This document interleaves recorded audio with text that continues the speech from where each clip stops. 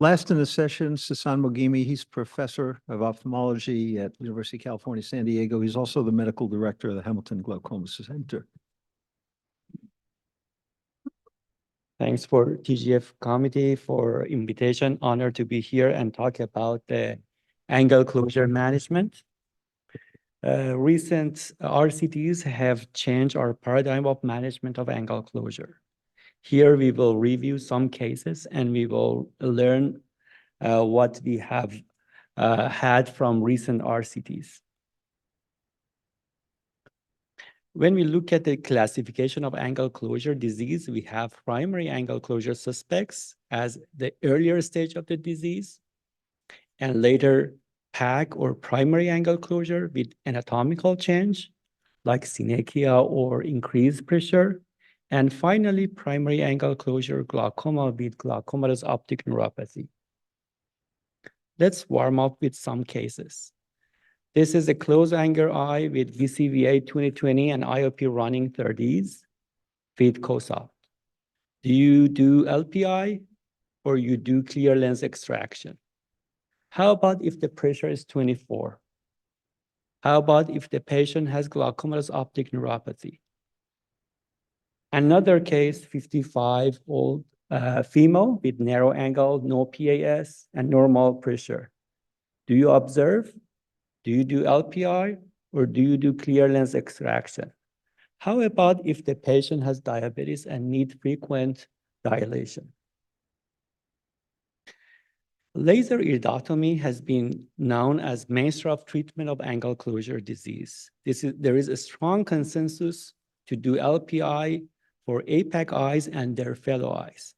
But LPI has been used widely in eyes with primary angle closure, glaucoma, and primary angle closure suspects, as it increased the angle widths. But the benefit cost might be questionable, especially if it applies for mass population. So ZAP study designed to answer the question that should we do LPI for all suspects? In this big randomized clinical trial published in Lancet, after screening 12,000 individuals in Guangzhou, patients received iridotomy in one randomly selected eye and observed in the other eye. So they defined a composite endpoint, persistent high pressure and development of PAS and episode of acute attack. They showed that LPI had a modest, albeit significant prophylactic effect with hazard ratio of 0.5 for LPI. Interestingly, 1 in 20 of untreated suspects progressed in 6 years, much less than what we expected in this population. And these are just synechia, so just gonioscopically closed. The results show that we need to treat 44 patients to save only one eye in 6 years. And they concluded that in view of the low incidence of rate of outcome that have no immediate threat to vision, the benefit of prophylactic LPI is limited. Therefore, widespread prophylactic LPI for PACS is not recommended. Analysts or Singapore version of the ZAP study published later and replicate the same result with hazard ratio of 0.5, the same. The only difference was the progression in observation group was twice as ZAP study. So one question for us as clinician is that how can we improve or optimize anatomical outcome with LPI? Traditionally, LPI preferentially were placed superiorly beneath the upper lid to avoid causing dysphotopsia, halos, rings. Recent evidence suggests that temporal and nasal LPI location actually may result in lower incidence of dysphotopsia. So some clinicians motivated to do LPI in temporal location. But another motivation might be for choosing the location efficacy of the treatment. So Zhu and colleagues looked at the ZAP data and demonstrated that superior LPI location result in significantly greater angle widening compared with temporal or nasal LPI. Clinical benefit of additional angle widening is unclear though. Let's change our gear and look at the trials that are involved the more advanced stage of the angle closure. The role of cataract surgery in angle closure has been shown in the studies over and over. Not only lens thickness is important, the position of the lens is also critical. When we have more anterior lens, we have more degree of pupil block. Using ASOCT lens vault, which is the portion of the lens that is anterior to sclerosphere line, was single most important parameter for association with angle closure. Residual angle closure is common after LPI, and that's even higher in acute angle closure eyes. In APAC eyes, although LPI resulted in significant angle widening, only a third of these eyes did not have iridotrabecular touch 6 weeks after LPI. We know that when we take out the cataract, there is a dramatic change in anterior segment, including widening of angle and deepening of AC, much greater than effect of LPI. This is one of the earliest randomized clinical trial in acute angle closure. The APAC eyes randomly assigned to early phaco versus PI when the attack was aborted. Here you can see that in eyes with early lens extraction, almost none of them goes to angle closure, while eyes initially treated with iridotomy, about half of them develop high pressure after 2 years. Therefore, early lens removal in APAC eyes is highly recommended. However, phacoemulsification after acute attack of angle closure is challenging task due to shallow AC, poor mydriasis, poor synechia, and posterior synechia. Do you want to operate in this inflamed eye with hazy view? In best scenario, even if you don't have any intraoperative complication, you might have fibrin formation, desmet detachment like this, transient corneal edema. However, at the end of the day, you will go from this eye with a pressure of 45 to this eye with a pressure of 14. So timing of the cataract surgery after acute attack should be early enough to avoid significant PAS and late enough to avoid complication of surgery in an inflamed eye. Our study shows that doing early phaco between 2 and 4 weeks after aborting attack will have similar efficacy but less complication. Cataract surgery is also effective to resolve completely the residual angle closure in most cases when iridotomy failed, and can be combined with synechial for more widening of angle. Long-term efficacy of synechial is debatable. But how about clear lens extraction? The best evidence for answering this question, if clear lens extraction works better than LPI, is from EAGLE study, placed in 5 countries. Eligible patients were aged 50 years or older, did not have cataract, and have newly diagnosed primary angle closure with a pressure of 30 or more. This is the main result of this study, and you can see that the quality of life did not change in group treated with lens extraction, but got worse in LPI group. If you look at the glaucoma medication we talked earlier, 60% of lens extraction group were on medication, far greater than iridotomy group, which was 20%. On top of that, significantly more patients needed additional surgery in LPI group, for controlling pressure compared to lens extraction group. Both of these may explain low quality of life in iridotomy group. But how about safety? Although phaco is a low-risk procedure, still serious complication can occur. These are complex surgeries, so these should not be performed by less experienced surgeon. Even in straightforward cases, you might have complications like retinal detachment, CME, or endophthalmitis. Eagle study shows that initial lens extraction is associated with better clinical outcome and patient-reported outcome. But when we want to apply the result of these RCTs in our patient, we should know the limitation of the studies. The two most important ones are lack of generalizability and lack of risk assessment. Most of the RCTs have narrow selection of patients and very careful protocols, which may not be the case in your when you are facing your patients. Let's look at the first case with primary angle closure with the pressure of 24. Do you do clear lens extraction in this case? As we discussed, the Eagles trial include primary angle closure with the pressure of 30 or more. And therefore, the result of that study cannot be applied for this case, which is milder. Definitely, we can consider phaco if there is glaucomatous optic neuropathy.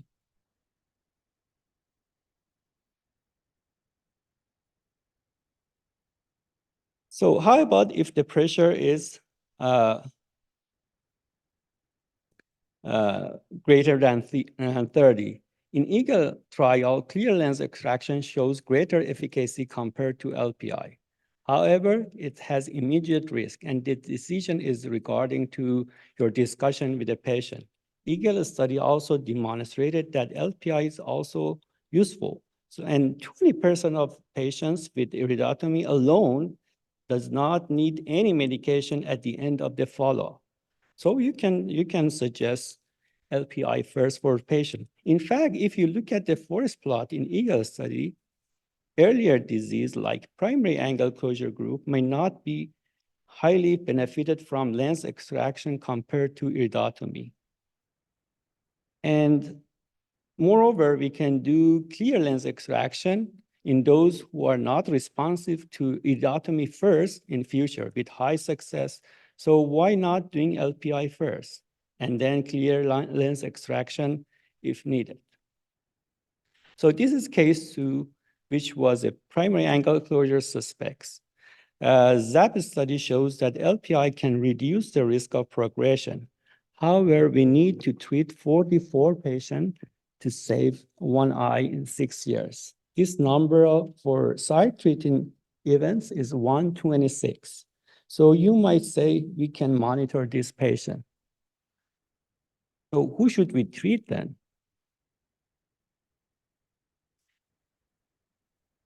ZAP study, due to the low incidence of endpoints, could not assess high-risk individuals, which is the key question for clinicians when they're facing their patients. Again, we should refer to prior studies or our intuition, or possibly ask for imaging. Recently, Zhug and colleagues looked at the ASOCT data from ZAP study and risk stratified patient and found out a smaller angle widths and flatter iris curvature were predictive of angle closure progression in these eyes. Recent ZAP trial, 14 years of follow-up, with report pretty similar result. Again, despite a 2/3 decrease in primary angle closure occurrence after LPI, the risk of progression was relatively low in the community-based primary angle closure suspects over 14 years. But this time, they have better power to estimate risk for progression. And they showed that higher baseline IOP, shallower peripheral AC depths, and shallower central AC depths are the risk factor for progression in these eyes. The angle closure disease is heterogeneous disease. We have the reported 4 mechanisms based on ASOCT classification: pupil block, flat iris syndrome, thick peripheral iris, and exaggerated lens walls. The effect of LPI or phaco may not be the same in each of these eyes, which was not explored in EAGLE study. Recently, Korean group looked at the primary angle closure eyes who underwent lens extraction and followed for 6 years. Primary angle closure eyes were categorized into 3 subgroups: pupil block, flat iris, and exaggerated lens walls. And as expected, the highest IOP drop observed in eyes with exaggerated lens walls, while the probability of the progression was highest in pupil block as a mechanism of angle closure. Let's look at back to case 2 with diabetes and that need the frequent dilation. Do you dilate this? Do you do LPI for this patient? So this is another report from ZAP trial. They evaluated change in IOP 1 hour after dilation in eyes treated with LPI and untreated fellow eyes. Average post dilation IOP elevation were similar. A similar proportion of IOP increase was found in LPI-treated eyes and untreated eyes. Among the 800 participants, only 1 untreated eyes had IOP of 25 or higher, and this was 3 for the attack for untreated eyes. So they concluded that routine LPI is not recommended in patients with narrow angle, even when they require frequent pupil dilation. So is it safe to dilate your patient when the patient needs frequent dilation? Can we apply this to white? We all know that the mechanism of angle closure may vary across different populations. And so the finding from the Chinese population may not be generalizable to your patient. Moreover, ZAP study used tropicamide 0.5%, which is different from routinely used tropicamide 1%, which may have different outcome. So the ZAP trial and analysis clearly represent the best available data on primary angle closure suspect management. Additional parameter, however, may need to consider when physician face patient in clinic. The incidence of the primary angle closure in ZAP study and analysis was much lower compared to what reported before, 15% to 30% compared to 5%. And these studies have overrepresentation of younger individual compared to the median age of primary angle closure glaucoma or acute angle closure glaucoma, 60 years versus 74 years, and had deeper AC compared to other studies. It's possible that recent clinical trial underestimate the risk of progression by recruiting cohorts that are milder and not representative of patients detected with primary angle closure disease in clinical setting. We have also several new pretty safe options as minimally invasive glaucoma surgery that can be adjunct to phaco and effectively reduce their pressure. Some studies, not prospective, have shown their application in angle closure glaucoma too with pretty reasonable results. So to conclude, screening for narrow angle eye and routine widespread LPI is not recommended. Clear lens extraction can be considered in primary angle closure glaucoma or primary angle closure patient with high IOP before or after laser iridotomy. Acute angle closure eyes should have lens removed after attack has been aborted. The interpretation of angle closure RCTs and their application in clinical practice should be with their limitation in our mind. And And predictors are still needed to realize high-risk patients and to guide targeted intervention in the future. Until then, clinicians should assess the risk factors for progression when treating the patient with primary angle closure, suspect, and prophylactic LPI should be recommended, preferentially to those that have high risk of angle closure. Thank you.